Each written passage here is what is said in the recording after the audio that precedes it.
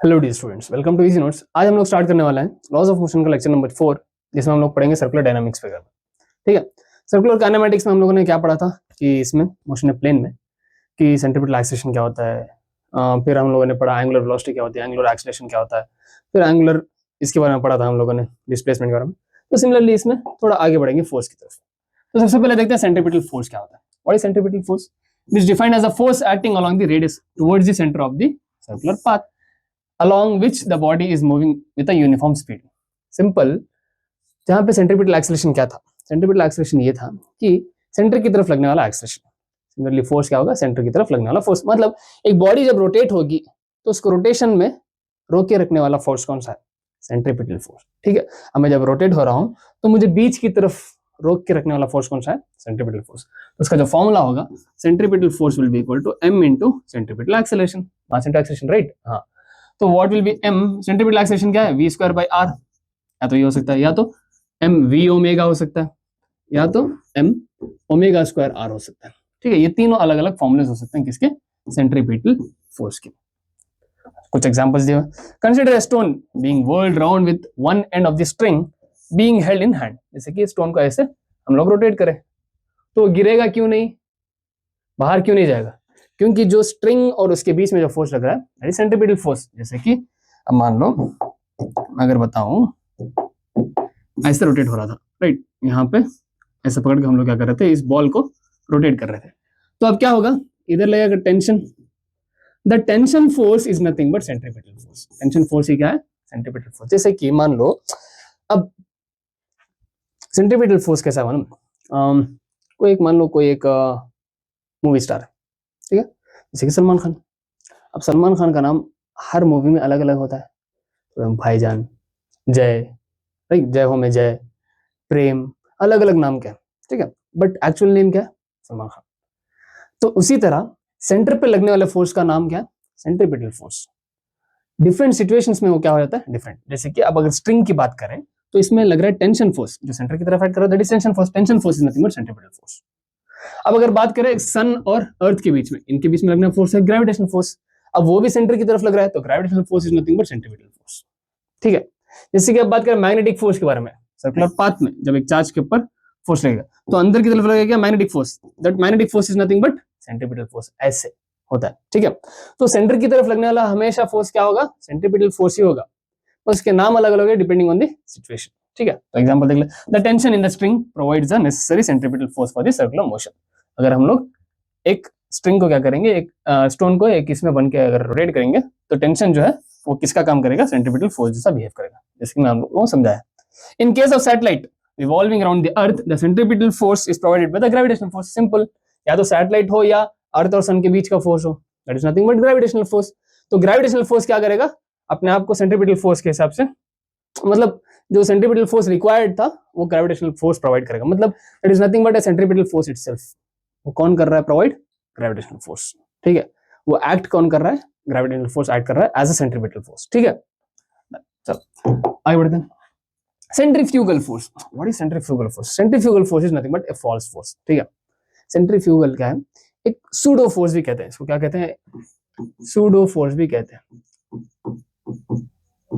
क्यों pseudo force कहते हैं? It is a false force. क्या होता है, मान लो यूजुअली जब हम रोटेट हो रहे हैं, अगर हम लोग बाहर से देखेंगे इस ऑब्जेक्ट के ऊपर किस डायरेक्शन में फोर्स लग रहा है, तो हम कह सकते हैं कि अंदर की तरफ फोर्स लग रहा है। जब हम झूले में बैठ जाएंगे जो कि ऐसे रोटेट हो रहा होगा तो हमें क्या लगेगा? जैसे झूला टूटेगा हम लोग कहां जाएंगे? बाहर की तरफ।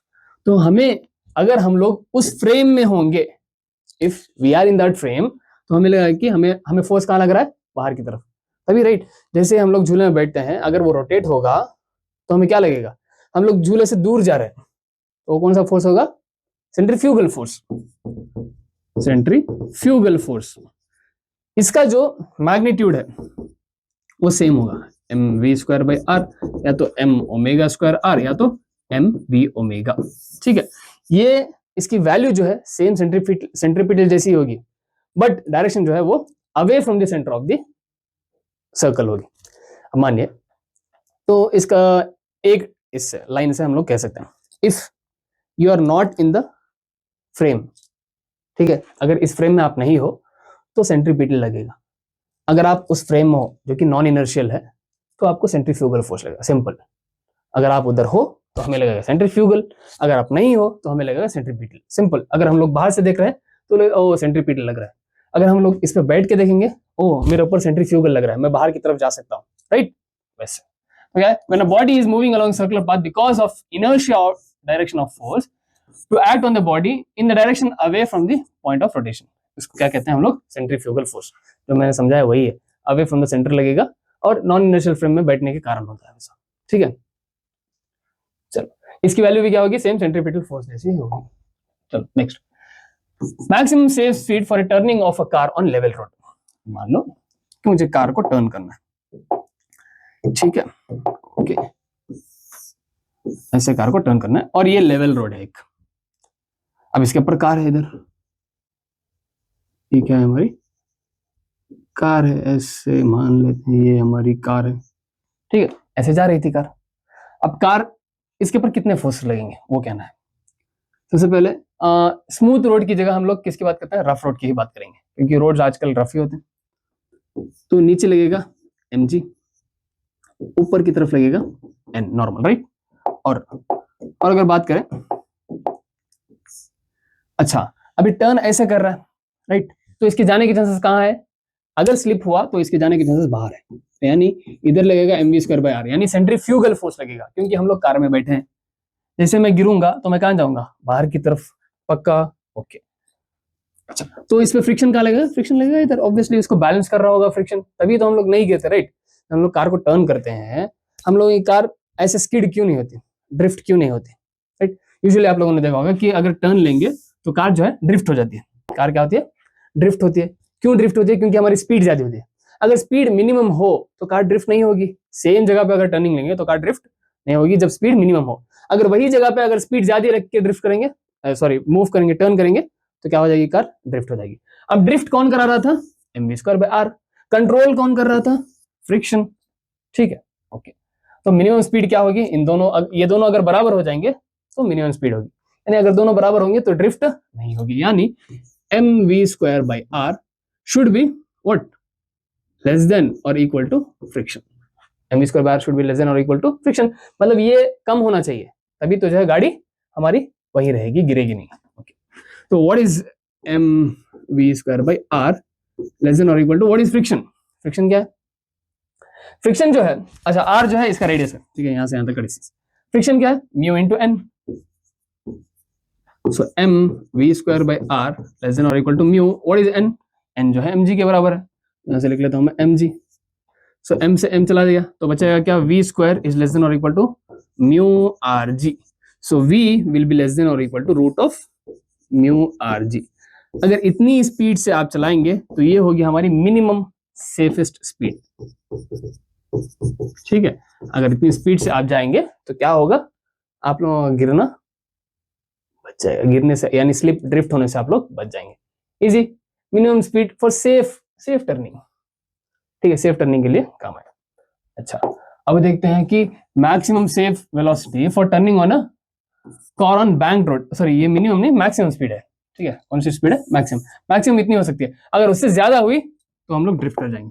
अच्छा यहाँ भी अब एक बैंक रोड है, बैंक रोड मतलब थोड़ा सा स्लोप होगा उसमें, राइट, ऐसी स्लोप मान लेते हैं कुछ एंगल थीटा, ठीक है, ओके, थोड़ा सा बड़ा ड्रॉ कर लेता हूं,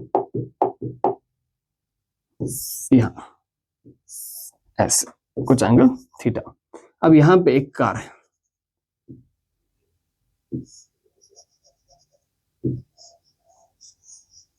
ऐसे, ठीक है। अब इस पे लगेगा mg नीचे, अब एक एक फोर्स को एक एक कलर से रिप्रेजेंट करता हूं, चलो जबकि आप लोगों को इजी हो जाएगा। n कहां लगेगा, n लगेगा ऊपर, ऐसे इधर। अच्छा फ्रिक्शन कहां लगेगा, ऐसे जा रहे हैं हम लोग, ऐसे टर्न कर रहे हैं तो mv²/r इधर लगेगा, राइट, इधर लगेगा हमारा mv²/r, और इस साइड लगेगा हमारा क्या, फ्रिक्शन, इधर लगेगा हमारा फ्रिक्शन, ठीक है, ओके। अगर ये एंगल थीटा है तो ये वाला एंगल भी थीटा होगा, तो फ्रिक्शन का एक कॉम्पोनेंट इधर होगा f cos थीटा और एक कंपोनेंट इधर होगा एफ साइन थीटा, ठीक है। अब ये एंगल थीटा है तो ये वाला एंगल भी क्या होगा, थीटा। उसको इससे ही कर लेता हूँ, ये वाला एंगल भी थीटा होगा, क्योंकि देखो जब हम लोग लेते हैं mg का ये कंपोनेंट, ये वाला एंगल थीटा लेते हैं तो ये वाला एंगल भी थीटा हो जाएगा। तो n का एक कंपोनेंट इधर n cos थीटा और एक कंपोनेंट इधर, सॉरी इधर लगेगा, राइट, हाँ इधर n sin थीटा। अब इसको अगर बैलेंस होना है, sorry mv square by r इधर लगेगा, राइट, सरफेस के अलॉन्ग थोड़ी लगेगा, वो सेंटर फ्रॉम सरफेस से अवे लगेगा, राइट। कहाँ लगेगा वो, सेंटर से अवे लगेगा, सरफेस से नहीं, कहां से, सेंटर से अवे लग रहा था, ऐसे सेंटर से अवे यहां लगेगा हमारा mv square by r। Okay, अब क्या करना है, हॉरिजॉन्टल फोर्सेस और वर्टिकल फोर्सेस को बैलेंस करना है। तो देखते हैं वर्टिकल फोर्स या हॉरिजॉन्टल फोर्स क्या होता है। अब इसको अगर देखेंगे तो क्या है, देखो इन दोनों को ये बैलेंस कर रहे हैं, यानी n sin theta plus f cos theta is equal to mv square by r, ठीक है, मान लेते हैं ये है इक्वेशन 1। ओके, अब अगर इनकी बात करें तो n cos थीटा इन दोनों को बैलेंस कर रहा है, तो क्या लिख सकता हूं मैं, n cos theta is equal to f sin theta plus mg। तो यहां से n cos theta minus f sin theta will be equal to mg, ये होगा इक्वेशन 2, ठीक है। अब दोनों को डिवाइड कर लेते हैं, चलो। तो क्या होगा जब डिवाइड करेंगे दोनों को, डिवाइड 1/2 तो करेंगे तो क्या होगा, n sin theta plus f cos theta.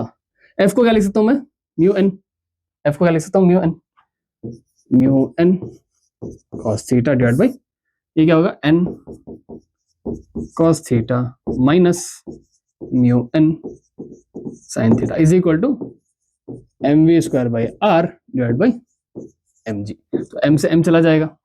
Okay, अब इन दोनों में सब में n कॉमन है, ऊपर n आ जाएगा, तो बचेगा क्या, sin theta plus mu cos theta divide by, यहां भी n कॉमन ले लेंगे तो अंदर क्या बचेगा, cos theta minus mu sin theta is equal to यहां पे क्या बचा है, v square by R G.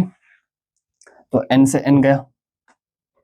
अब क्या करेंगे, न्यूमरेटर और डिनोमिनेटर को cos थीटा से डिवाइड कर लेंगे। क्या करेंगे हम लोग, divide numerator and denominator by cos theta. तो क्या होगा, तो न्यूमरेटर क्या है, sin theta, sin theta by cos theta करेंगे तो क्या आ जाएगा, tan थीटा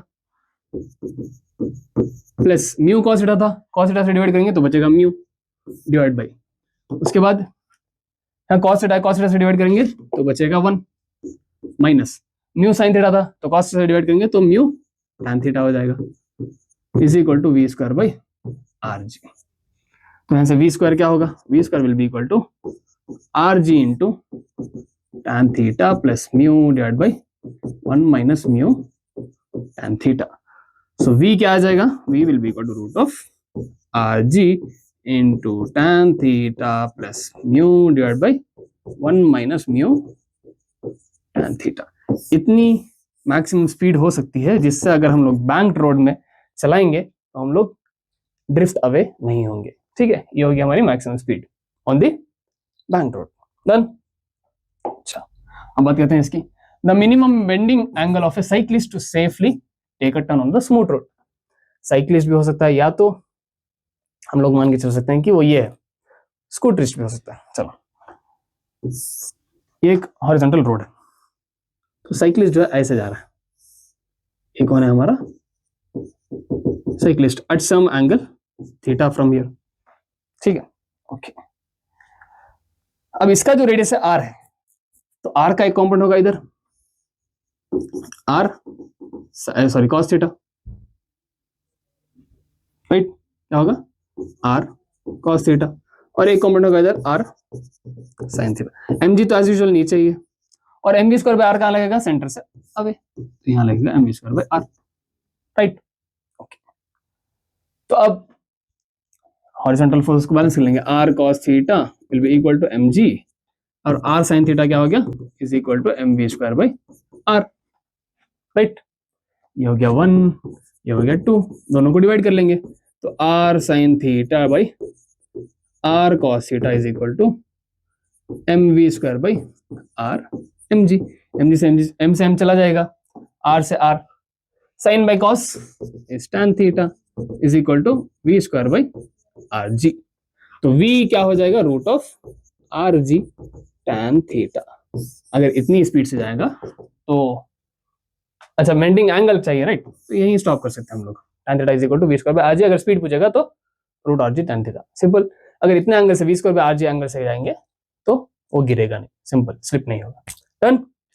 तो आगे बढ़ते हैं क्वेश्चंस की तरफ, देखते हैं। A cyclist speeding at 18 kilometre per hour, उसकी स्पीड कितनी हो जाएगी 18 किलोमीटर पर आवर से मीटर पर सेकंड में कन्वर्ट करने के लिए क्या करना पड़ेगा 5/18 से मल्टीप्लाई, हम लोग पहले भी कर चुके हैं 5/18, तो क्या होगा ये it will be 5 metre per second. Okay, on a level road takes a sharp circular turn of radius 3 metre, radius given है कितना 3 metre, without reducing the speed, speed इतनी ही है बोल रहा है, 5 ही रख के टर्न कर रहे हैं। The coefficient of static friction between the tyres and the road is 0.1, new की वैल्यू कितनी है 0.1। Okay, will the cyclist slip while taking a turn, okay, अब इधर एंगल दिया हुआ नहीं है, मतलब ये कार का ही हो गया, राइट, टर्निंग लेने कार में लो, साइकिल में लो या स्कूटर में लो, कुछ भी बाइक में लो, सेम ही होगा। So v is equal to root of mu R G, यही है फॉर्मूला। सो ये v मैक्सिमम है is equal to root of mu कितना है 0.1 इंटू आर कितना है 3 metre into how much is G, G हमारा 10 है, तो क्या आ जाएगा रूट ऑफ 0.1 इंटू 10 इज 1, तो रूट 3 आएगा, कितना आएगा root 3, that is nothing but 1.732 metre per second. इतनी मैक्सिमम स्पीड होनी चाहिए for safe turning of the car. अब ये पूछा है कि will the cyclist slip while taking a turn, obviously right, speed उसकी है 5, उसको जाना था 1.7 मैक्सिमम है, उससे ज्यादा अगर 2 भी जाएगा तो वो स्लिप हो जाएगा, तो यस इसका आंसर क्या आएगा, yes he will slip because the maximum speed should be 1.732 and he is having a speed of 5 metre per second. ठीक है, आगे बढ़ो। Next, find the maximum speed at which a car can take a turn around a curve of 30 metre, radius कितना 30 metre on a level road if the coefficient of friction between the tire and the road is 0.4, यानी mu कितना है 0.4 और g है हमारा 10, simple, v will be equal to root of mu R जी, वही चाहिए, right, find the maximum speed, so v is equal to root of mu कितना है 0.4 इंटू r is 30 इंटू 10, तो कितना हो जाएगा रूट ऑफ 30 0.4 इंटू 30 कितना होगा 12 इंटू 10 120, रूट 120, ठीक है, मीटर पर सेकेंड, जो भी होगा आंसर निकाल लीजिए, लाइक 10.9 होगा मीटर पर सेकेंड, 121 का रूट 11 होगा, राइट, तो 10.99 समथिंग। चल आगे बढ़ते हैं। A conveyor belt is moving at a constant speed of 2 metre per second, speed कितनी है 2 metre per second, initial speed. A box gently dropped on it, एक बॉक्स उसके ऊपर ड्रॉप कर दिया, the coefficient of friction between them is 0.5, मतलब mu कितना है 0.5, ठीक है, ये u है, this is u and this is mu. The distance that the box will move relative to the belt before coming to rest, coming to rest मतलब v will be 0, taking g as 10, okay, तो s निकालना है distance, कितना distance वो box जो है travel करेगा तब जब तक वो रेस्ट पे नहीं आएगा तब तक, तो v है u है, s कैलकुलेट करना है हम लोगों को चाहिए a, v square minus u square is equal to 2as, वहां से कैलकुलेट कर सकते हैं, तो a निकाल सकते हैं, right, what is a, friction, force is equal to, कौन सा फोर्स लग रहा है इधर, इधर लग रहा है फोर्स हमारा फ्रिक्शन फोर्स, राइट, उन दोनों के बीच में कौन सा फोर्स लगेगा फ्रिक्शन फोर्स ही लगेगा, तो फ्रिक्शन फोर्स क्या है म्यू इनटू n, तो एक्सेलरेशन क्या हो गया, acceleration will be mu n by m, तो mu n is what mg divide by m, m से m गया, तो एक्सेलरेशन कितना हो जाएगा हमारा म्यू g होगा, और एक्सेलरेशन जो है वो नेगेटिव होगा, क्यों नेगेटिव होगा, क्योंकि वो ऑपोजिट में लगेगा, friction is opposing force, right, okay, चलो देखते हैं। सो म्यू जी कितना होगा, म्यू कितना है 0.5 into ji is 10, that is nothing but -5 metre per second square. कितना हो जाएगा हमारा एक्सेलरेशन।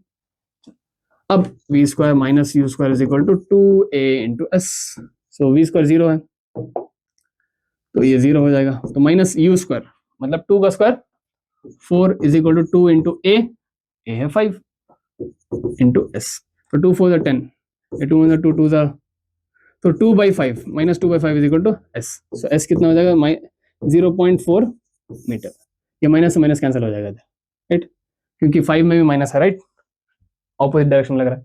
तो एस कितना हो जाएगा, डिस्टेंस कितना ट्रैवल करेगी वो बॉक्स कितना ट्रैवल करेगा 0.4 मीटर का डिस्टेंस ट्रैवल करेगा। डन, चल आगे बढ़ते हैं। Next, a train runs along an unbanked circular track of radius 30 metre. Radius कितना है 30 मीटर है, okay, at speed of 54 kilometre per hour. Speed कितनी है 54 किलोमीटर पर आवर। तो क्या करेंगे 5/18 से मल्टीप्लाई करेंगे, तो 18 3 जा 54, तो कितना आ जाएगा 15 metre per second. The mass of train is 10 power 6 kg है, ठीक है, याद रखिए उधर नहीं है लिखा हुआ, मैं लिख लेता हूँ। Mass of train 10 power 6 kg। What provide the centripetal force required for this purpose? अब इसमें centripetal force कौन प्रोवाइड करेगा, द इंजन और द रेल्स। देखो अब अगर हम रेल्स की बात करें, ठीक है, तो क्या होगा, इन रेल्स पे जो है हमारी टायर्स चलेंगी, तो टायर्स जब टर्निंग होगा तो ये बाहर जाना चाहेंगे, इनको अंदर कौन भेजेगा, इनको अंदर भेजेंगे रेल्स। सेंट्रीपिटल फोर्स कौन प्रोवाइड करेंगे, रेल्स। सिंपल आंसर क्या आएगा पहले वाले का, रेल्स।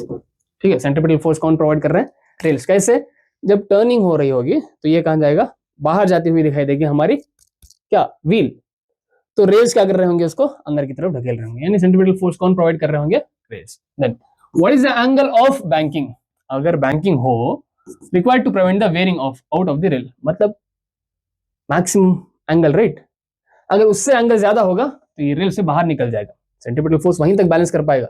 जब तक एंगल अगर बाहर हुआ तो रेल के जो पटरा होता है उससे क्या होगा, वहां से बाहर निकल जाएगी, ये क्या हो जाएगी, वहां से व्हील क्या होगी, बाहर निकल जाएगी। तो एंगल कितना होगा, सिंपल हमें पता है कि tan theta is equal to v square by are g, इतना ही होगा angle. So tan theta is equal to v कितना है 15 का स्क्वायर, तो 15 इंटू 15 लिख लेता हूं मैं, divide by r is 30 into ji is 10, तो 15 2s are, so 20, 15/20 is 3/4, ठीक है, तो 3/4 कब आएगा, theta is equal to 37 degree. तो इतने एंगल से अगर जाएंगे तो जो रेल से बाहर नहीं आएगी हमारी ट्रेन, ठीक है, इजी। चलो आगे बढ़ते हैं, नेक्स्ट देखते हैं next question. A heavy uniform chain lies on a horizontal table top if the coefficient of friction between the chain and the table surface is 0.25, mu कितना है,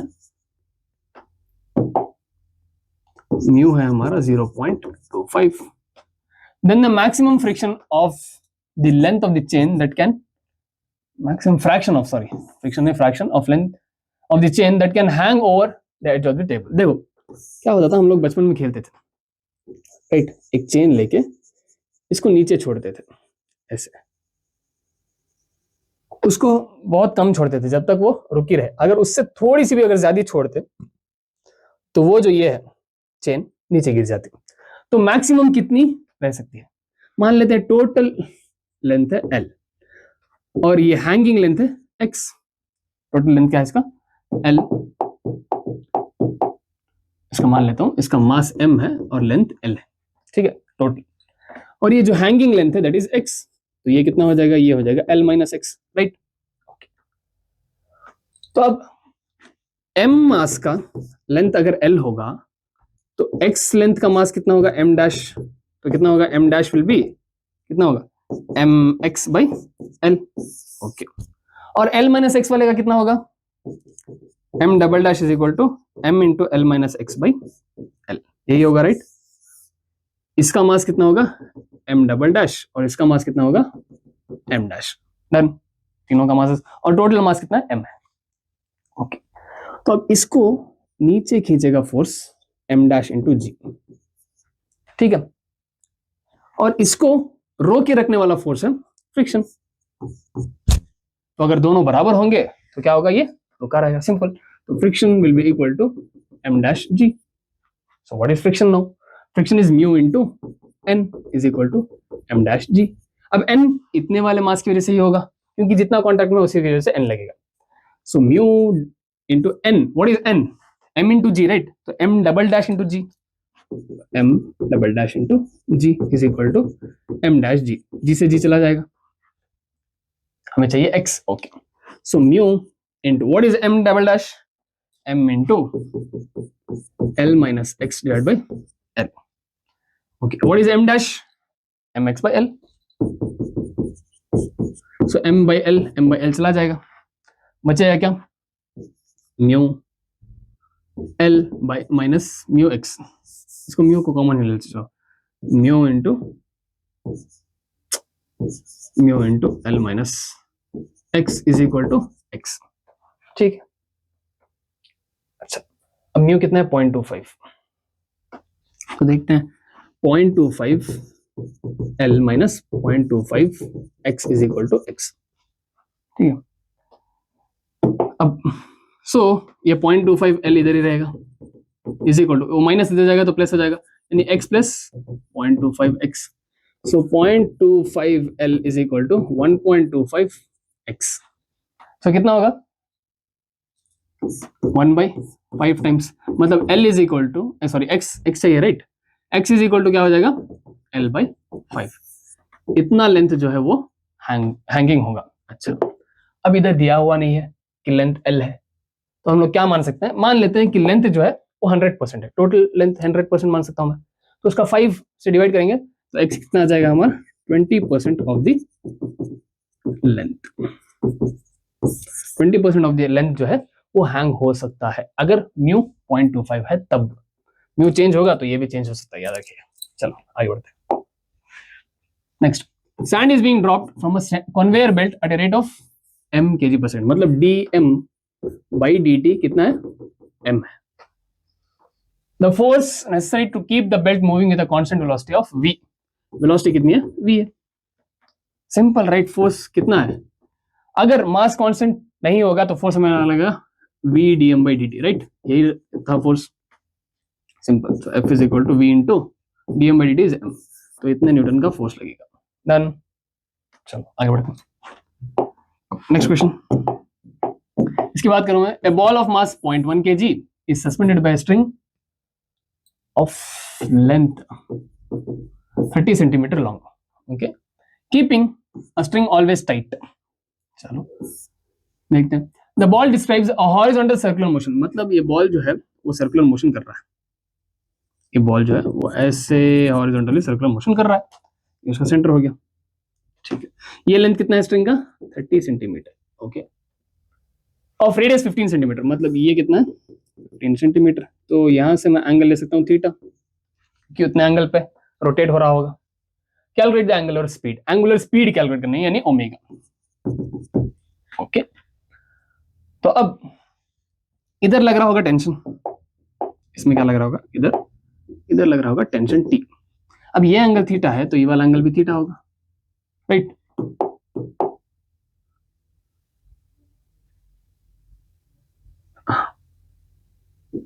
तो इधर लग रहा होगा हमारा टेंशन T.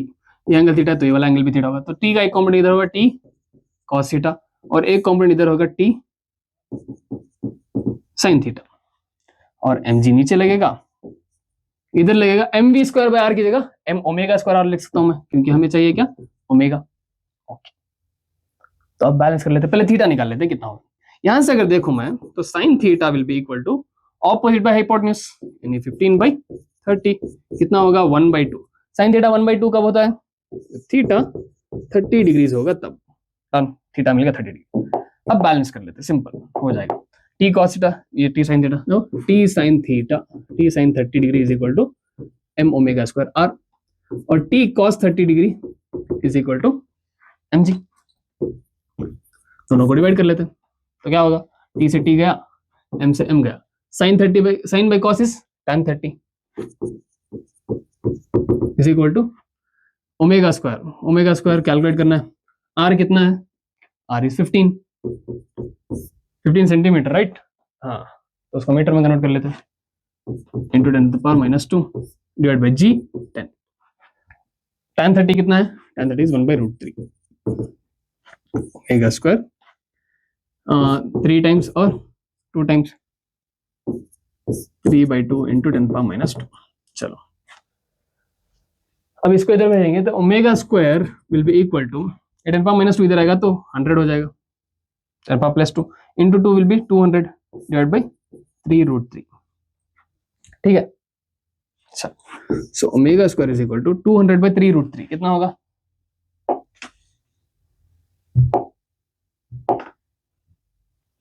पहले 3 इंटू √3 कर लेते हैं, 3 इंटू 1.732 5.196, तो 200 डिवाइड बाई 5.196 कितना होगा?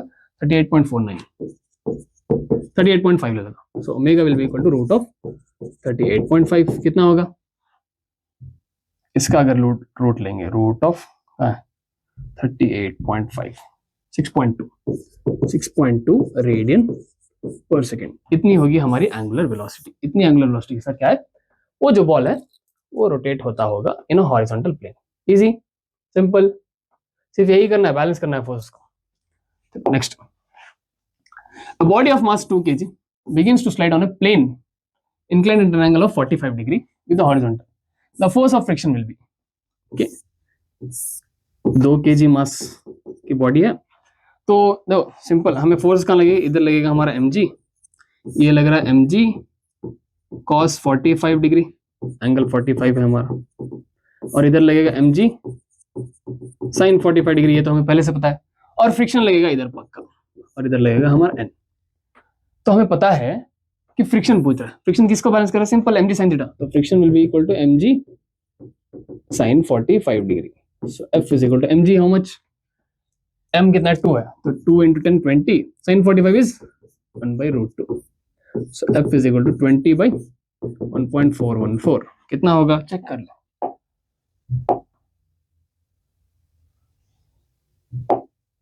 20 divided by 1.414 14.14, F will be equal to 14.14 Newton.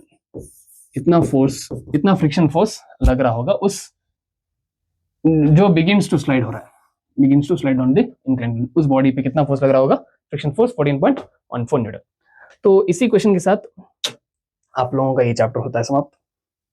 बहुत इजी है, थोड़ा सा लेंथी चैप्टर था, इसको हम लोगों ने 4 लेक्चर्स में कवर किया। ठीक है, तो मिलते हैं नेक्स्ट लेक्चर में, नेक्स्ट चैप्टर में। तब तक के लिए इजी नोट्स डाउनलोड कीजिए आप, और चैनल को सब्सक्राइब कीजिए। Bye bye.